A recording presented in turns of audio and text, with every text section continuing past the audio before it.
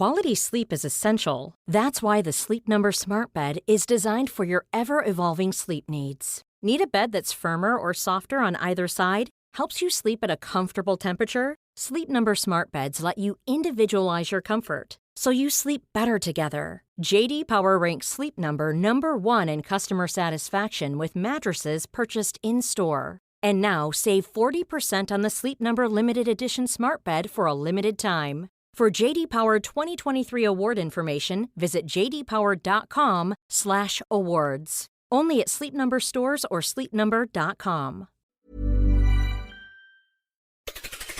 It's Saturday the 4th of May. I'm Ciara Evans, and this was a week that saw no good news for the Tories in local elections. Scotland changed leadership, a diplomatic row with Ireland over Rwanda, and US campus protests over Gaza. Grab a cup of something hot, put up your feet, and get up to speed on the 7 biggest stories of the week. This is the Standout 7 from the Smart 7. It's news, but not the news. This week's main event was the local elections on Thursday that saw 2,600 seats up for grabs, along with the mayoral elections and a by-election in Blackpool South. Not surprisingly, there was considerable Tory nervousness about what the voters would decide, with polls showing support for Rishi's government at an all-time low. The PM was putting his best foot forward, though, starting the week with an appearance on Sky News where he was keen to focus more on Labour. Local elections are always difficult for incumbent parties, but actually I think this is a chance to focus on what the reality of Labour in power actually means. Look at Birmingham. Labour have bankrupted the largest local authority in Europe, and people in Birmingham are paying the price with a council tax increase of 21%. There was a further blow for the Tories, though, over the weekend as Suffolk MP Dan Poulter defected from the Tories over the handling of the NHS and joined Labour. The former health minister, who works part-time as a psychiatrist, announced the decision in an article for The Observer and also confirmed he'll be stepping down as an MP at the next election. We now have a Tory party that resembles sometimes a little bit more a nationalist or national party rather than a party of the centre-right. You know, I feel that actually the changes that the Labour Party has made since 2019 under Keir Starmer, not just on the health service, but particularly on that offer on health about tackling the determinants of poor health, housing, poverty and all those issues, are the sort of things that are really going to make a big difference. Labour Shadow Health Secretary Wes Streeting said Dan's switch reflects the public's disillusionment with the Tories. And this idea that he's just abandoning the sinking Conservative ship to save himself is nonsense. He's abandoned the Conservative Party to save the NHS. And I think there are millions of Conservative voters who are feeling politically homeless, who can see the chaos of now 5 Conservative Prime Ministers, and I hope they will trust the doctor. The issue for the Tories is that they have plenty of seats to lose, as the last local elections in 2021 saw a strong performance for Boris Johnson, which gave the Tories 985 seats. Rishi was busy churning out new policies and announcements, including new commitments on defence spending, and he's also been firing out social media videos to promote this month's cut in national insurance, which should see some money back in voters' pockets. Labour Shadow Chancellor Rachel Reeves says that there's still no explanation of how the cut in national insurance might be funded. Keir Starmer asked 3 times at Prime Minister's questions to rule out cuts to pensions. He wasn't able to make that commitment, and so we're now calling on the Prime Minister and Chancellor to be honest. Where is the money going to come from? Wednesday saw the last Prime Minister's question time ahead of the local elections, and both Rishi and Labour leader Keir Starmer were looking to score as many points as possible before the polls opened. Starmer was pushing hard on the big question from Labour this week: where will the £46 billion needed to cover the cuts in national insurance come from? They've been claiming all week that your pension won't be safe with the Tories, as talk of increasing retirement age or removing the so-called triple lock has been swirling around Westminster.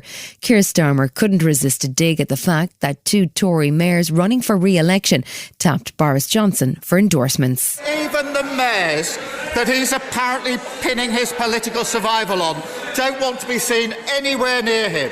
He's got a completely unfunded £46 billion promise that puts people's retirement at risk. Friday morning saw the results begin to roll in from across England, with 2,600 council seats up for grabs, along with metro mayorships and one by-election in Blackpool South. The seat vacated by disgraced Tory MP Scott Benton went to Labour, another significant blow for Rishi Sunak, and the Tory candidate finished only 107 votes ahead of the Reform Party candidate, which could have been a major embarrassment for the PM. New Labour MP Chris Webb wasn't pulling any punches either. The message to the Prime Minister is that we need a general election sooner the better. People no longer trust the Conservatives. Prime Minister, do the decent thing. Admit you've failed and call a general election.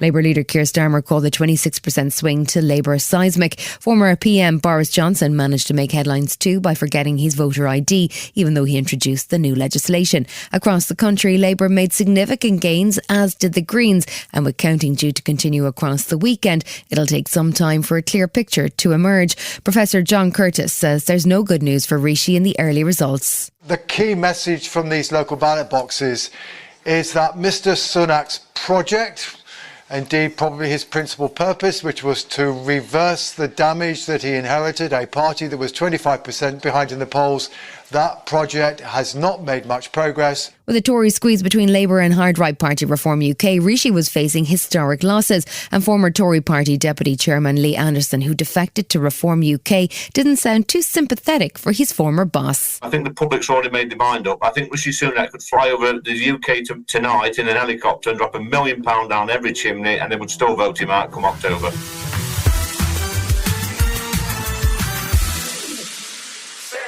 Monday saw the end of Humza Yousaf's reign as Scotland's First Minister. He made a serious political miscalculation last week when he summarily ended the SNP's power-sharing agreement with the Scottish Green Party, which left him with a minority government facing a no-confidence vote. He called a press conference for midday on Monday and announced he was stepping down. I cannot tell you what an honour it is being the First Minister of the country I love, the country I'm raising my family in, and the only country I will ever call home. He plans to stay on until a successor is elected, with John Sweeney, Nicole Sturgeon's former deputy, the most likely to succeed him. The whole affair has been chaotic and leaves the SNP with a majority government that will need to do a new power-sharing deal if it's to survive until the next elections in May 26. Labour leader Sir Keir Starmer says he's not impressed by the Scottish drama. It's absolute chaos now from the Scottish Parliament, from the SNP. So you've got chaos in the Scottish Parliament, you've got chaos in the Westminster Parliament, and the Scottish people are being fundamentally let down, and all the SNP can offer is chaos. Once they saw the Scottish government set to face a motion of no confidence, as Scottish Labour leader Anna Sarwar pushed hard to a vote to spark an election. It should be for the people of Scotland to decide who leads our country, not some kind of backroom deal stitched up by the SNP or a handful of SNP members. The SNP might be rescued by an unlikely source, however, as former power-sharing partners, the Scottish Greens, may decide to abstain on the vote, according to co-leader Patrick Harvey. We made it clear all along that our issue was with Humza Yousaf and the decisions that he made that broke trust with not only our party but everybody who wants Scotland to have a progressive, pro-independence majority government. And sure enough, Scotland managed to avoid an election of its own on Wednesday. The Scottish Greens decided to support the government despite the split, with former First Minister Humza Yousaf, and the no-confidence motion failed to pass. The SNP's leadership contest also politely fizzled out as Kate Forbes, who was a former leadership candidate last year, decided not to put her name forward on this occasion. That left the way clear for John Sweeney, who was Deputy First Minister under Nicola Sturgeon and is a man once described as boring by Sean Connery. The contest won't formally close until Monday, but no other candidates are expected to come forward. Sweeney was grateful for Kate Forbes' withdrawal and says she will have a significant part in a unified cabinet. I've seen Kate's statement. It is graceful, welcome and thoughtful. I'm delighted to receive her endorsement and her support, and I think it is very encouraging about how we take the SNP forward.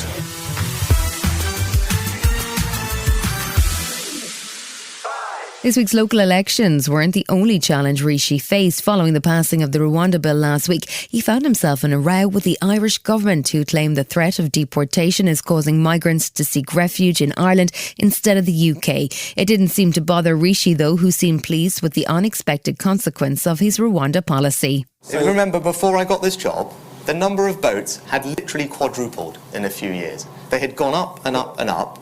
I got this job, we worked hard at it, And as a result, last year, you saw the numbers go down already. We already reduced the number of boats by 36% last year. The Irish Justice Minister looked to move emergency legislation to require England to take back the asylum seekers arriving over the Northern Ireland border. But things got tense as both Home Secretary James Cleverly and PM Rishi Sunak were in no mood to accept returnees.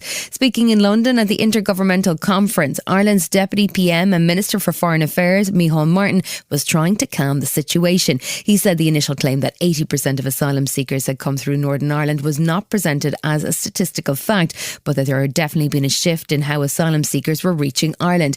He was also keen to emphasise the importance of continued cooperation. Both governments are committed to working together in the time ahead to dealing with issues, many issues, including migration. There is no doubt that migration is an enormous challenge to every jurisdiction, United Kingdom, Ireland, Europe, the world. With elections looming and now the Safety of Rwanda bill in law, the government formally began the process of preparing to send over 5,000 people to the African country on deportation flights. Tuesday night also saw a surprise announcement that one failed asylum seeker had voluntarily departed for Rwanda on a commercial flight with a payment of £3,000. However, according to the Home Office, it can locate about 60% of the potential deportees ahead of a potential July deadline for the scheme to get underway. Health Secretary Victoria Atkins was on the media rounds on Tuesday, but she says she's not concerned about the issue. The Home Office is used to this operationally, so the expectation is that we remove that group of people as well as others by the end of the year. It infers to the Prime Minister, he said he wants the first flights to take off within 10 to 12 weeks, so the urgency of this is paramount. Labour's Jonathan Ashworth says the whole scheme just seems chaotic. The fact that this government can't even find people, let alone stop the boat, suggests that this government has completely lost any grip that they ever might have even had of this situation. Wednesday saw Home Office video of future deportees being detained, and Business Secretary Kemi Badenoch was delighted to see things actually starting to happen. I'm pleased that we've finally seen one person going to Rwanda. Yes, this was under the voluntary scheme, but this also shows the point about Rwanda not being safe to be untrue because people are volunteering to go. The war of words with Ireland continued after the Irish government claimed that they had seen a rise in asylum seekers coming over the border from Northern Ireland because of the Rwanda scheme. Ireland intends to return them to the UK and has stepped up immigration enforcement at the border, but Rishi still wasn't in the mood to compromise. So the Secretary of State is seeking urgent clarification that there will be no disruption or police checkpoints at or near the border, and I can confirm that the United Kingdom has no legal obligation to accept returns of illegal migrants from Ireland. Wednesday this week saw more than 700 people cross the English Channel in small boats, but it's not just the UK that's struggling with the influx. The European Union is working to slow the tide of those fleeing through the Mediterranean, and Commission President Ursula von der Leyen announced a new EU €1 billion support package for Lebanon on Thursday. To help you in managing migration, we are committed to maintain legal pathways open to Europe. At the same time, we count on your good cooperation to prevent illegal migration and to combat migrant smuggling.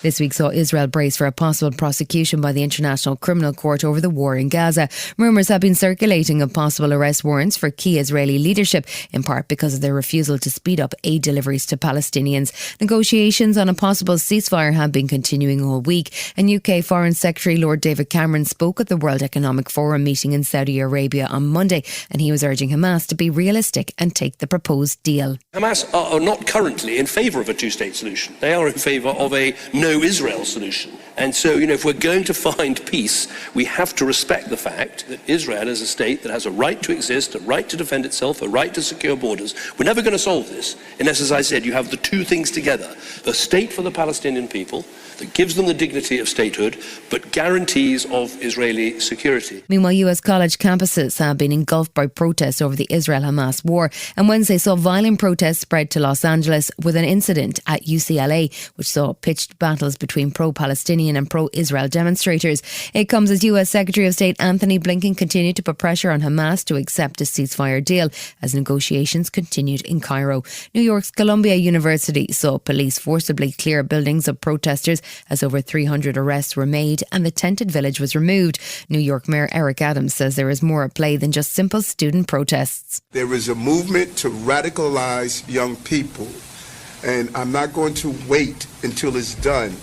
Young people are being influenced by those who are professionals at radicalizing our children. A UN agency issued a report on Thursday that estimates 72% of all residential buildings in Gaza have been destroyed and that any reconstruction project will require international assistance and a scale of support not seen since the end of World War II. It comes as Israel continues to prepare for an assault on Rafah and protests have escalated across the world in support of the Palestinian refugees. College campuses all across the US have erupted with violence as pro-Israel and pro-Palestinian groups clash, and riot police have had to intervene, arresting over 2,000 people.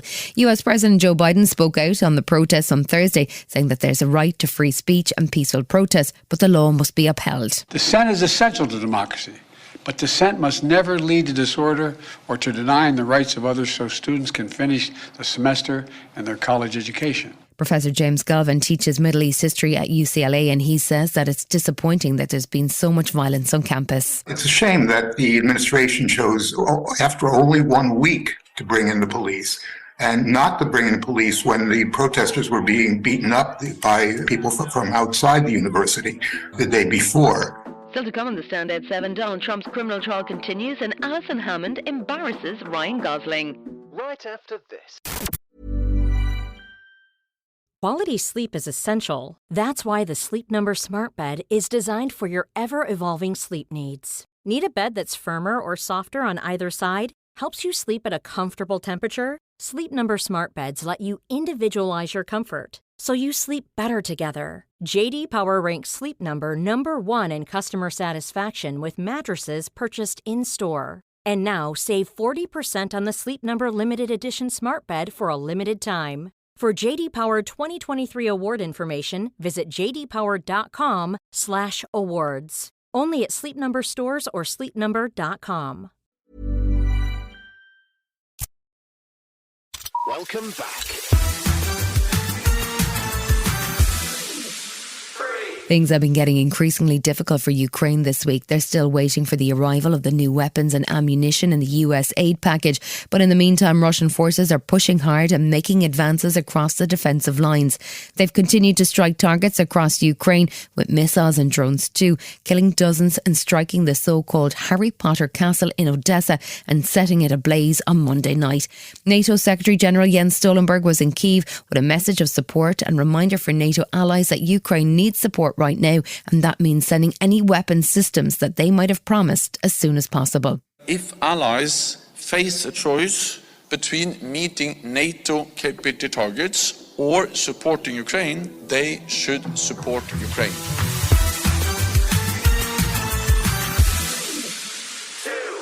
Donald Trump has been back in a Manhattan court this week as his criminal trial over election interference continues. He's been spotted snoozing in the courtroom and takes advantage of any break in proceedings to complain loudly to the media about how cold the courtroom is and make accusations about both the judge and jury. He's already been found in breach of his gag order 9 times, and there was another hearing on additional breaches on Thursday. The prosecution continues to build its case, tracing the connections between the National Enquirer and Trump fixer Michael Cohen as we build towards some of the star witnesses in the next week. President Biden has been enjoying the spectacle of his opponent in court and spoke at the White House Correspondents' Dinner on Saturday night, mocking Sleepy Don. The 2024 election is in full swing, and yes, age is an issue. I'm a grown man running against a 6-year-old. Well, I feel great.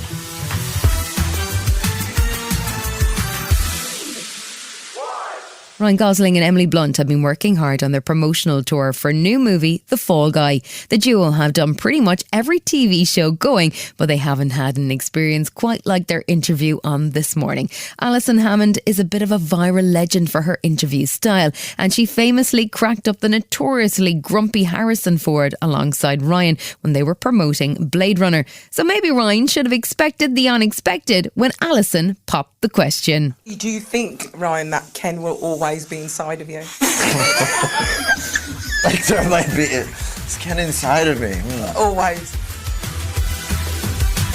You've been listening to The Smart 7. We'll be back tomorrow at 7 a.m. Hit that follow button and have a great day. Give us 7 minutes, we'll give you the world. If there's one thing that my family and friends know me for, it's being an amazing gift giver. I owe it all to Celebrations Passport from 1-800-Flowers.com, my one-stop shopping site that has amazing gifts for every occasion. With Celebrations Passport, I get free shipping on thousands of amazing gifts. And the more gifts I give, the more perks and rewards I earn. To learn more and take your gift giving to the next level, visit 1-800-Flowers.com/ACAST. That's 1-800-Flowers.com/ACAST.